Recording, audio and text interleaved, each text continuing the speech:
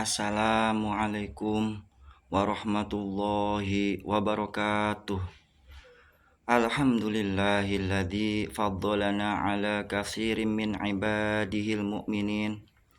Allahumma shalli wa sallim ala sayyidina Muhammad wa ala alihi wa sahbihi wa sallim. Amma ba'd. Yang kami muliakan dan yang saya takdimi kepada guru mursyidku Sayyidi Syekh Maulana Muhammad Abdul Ghawwas Syekhullah Maslul, dan juga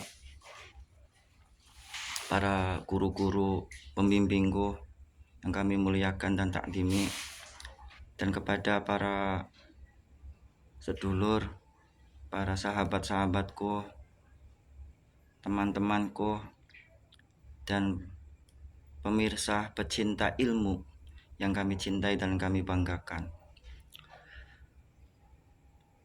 Berjumpa kembali di malam yang barokah ini di channel Ahmad Zaki Sena dalam pembahasan mengaji bareng tentang ilmu tasawuf, jati diri, dan ilmu spiritual. Pada malam kali ini saya akan membahas tentang makna dan tujuan Isra Mi'raj. Sebelum kita memulai pembahasan, dengan kerendahan hati kami meminta kepada pendermawan atau pecinta ilmu untuk meng-like dan meng-subscribe-nya biar kita selalu terhubung. Baik, kita akan mulai ya.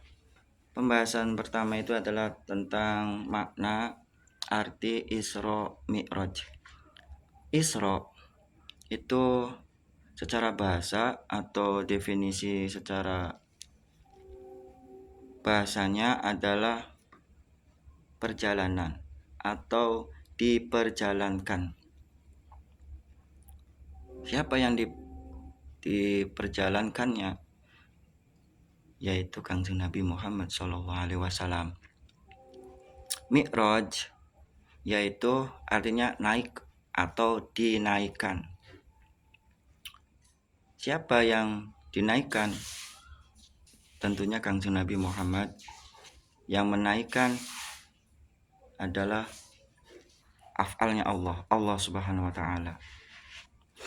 Arti secara istilahnya Isra Mi'raj adalah perjalanan, diperjalankannya Nabi Muhammad SAW dari Masjidil Haram ila Masjidil Aqsa dan dinaikkan ke 7 langit sehingga sampai ke Sidratul Muntaha di Mustawa alal Arsy, yang dimana di situ langsung berhadapan dengan Allah untuk menerima perintah, menerima wahyu atau perintah sholat, yang ditemani oleh malaikat Jibril dengan berkendaraan buraq. Itu pengertian secara istilahnya. Kalau kita melihat pengertian secara lebih dalam, ya, lebih dalam, atau bolehlah kita akan mengarah sedikit ke pengertian secara hakikat, adalah diperjalankannya orang yang suci dengan ditemani malaikat Ruhul Kudus atau Ruhul Qudsi, yaitu malaikat Jibril, dengan berkendaraan buraq yang suci dari tempat suci menuju tempat yang suci untuk menghadap kepada Allah yang Maha Suci, untuk menerima perintah amalan suci agar bisa untuk mensucikan umatnya atau hamba-hamba Allah agar pulang ke hadirat Allah yang Maha Suci. Itu kalau dilihat dari pengertian secara dalam, atau bolehlah kita memakai kalimat pengertian secara tasawuf ya. Pengertian secara tasawuf. Kalau pengertian secara tersirat, pengertian secara tersirat itu adalah kandungan yang dibalik dari tersurat. Itu adalah Isra Mi'raj itu memiliki arti adalah suatu perubahan dari keadaan yang baik menuju keadaan yang lebih baik, dari keadaan yang suci menuju keadaan yang lebih suci hingga kita bisa kembali kepada yang maha suci. Jadi suatu perubahan proses dari Masjidil Haram ilal Masjidil Aqsa. Sebelum Masjidil Aqsa kan di situ disinggahi atau Kanjeng Nabi Muhammad berhenti atau singgah di tempat-tempat yang suci, di tempat Madinah, Yasrib pada saat itu Madinah, terus di tempat Bukit Tursinah, di mana bukit itu adalah tempat menerimanya wahyu Nabi Musa, dan juga di Yerusalem, di Bethlehem, tempat Nabi Isa dilahirkan, sampai ke Baitul Maqdis yaitu Masjid Al-Aqsa. Itu tempat yang suci. Kenapa dari tempat yang suci menuju ke tempat yang suci? Karena ini perjalanan proses agar kita itu menjadi orang yang suci, menjadi orang yang bersih untuk bisa menghadap kepada Allah yang maha suci. Itu adalah makna kandungan daripada Isra Mi'raj. Ibaratnya manusia itu kan tidak lepas daripada noda, kotoran, dosa. Semua manusia itu memiliki seperti itu, karakter salah dan dosa, kecuali para nabi ya, Jadi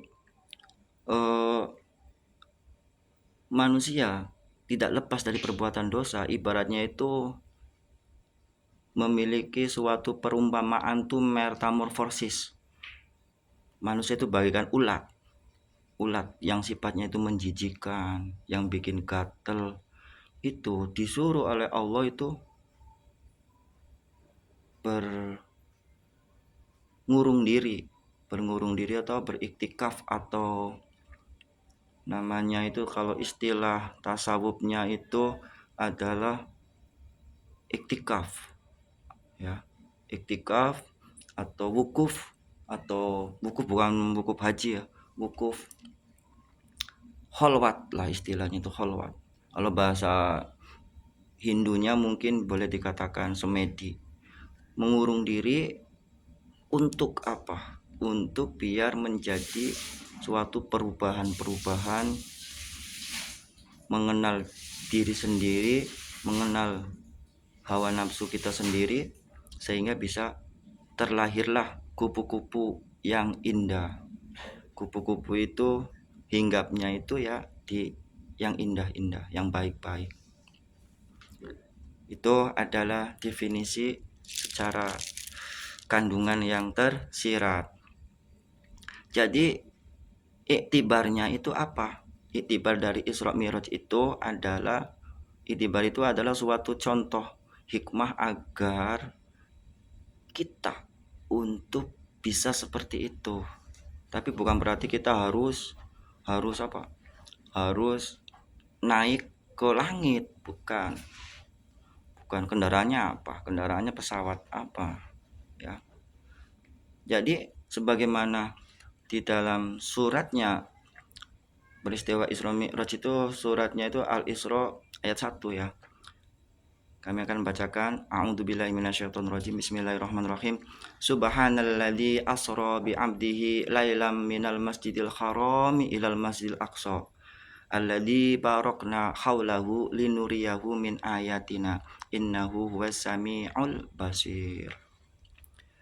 Maha suci Allah, karena ini adalah peristiwa yang di luar nalar, di luar akal, suatu yang gak bisa dikejar oleh akal manusia kecuali dengan keimanan.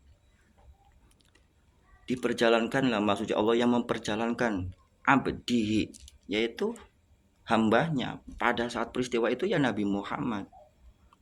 Pada peristiwa itu adalah Nabi Muhammad diperjalankan minal masjidil haram ilal masjidil aqsa, dari masjidil haram ilal masjidil aqsa gitu. Terus ada yang dipertanyakan, apakah itu peristiwa itu adalah dengan jasadiahnya. Nah, ini kan berbagai macam pendapat ini. Kalau dari pendapat saya pribadi itu dengan menggunakan jasadiahnya. Karena apa?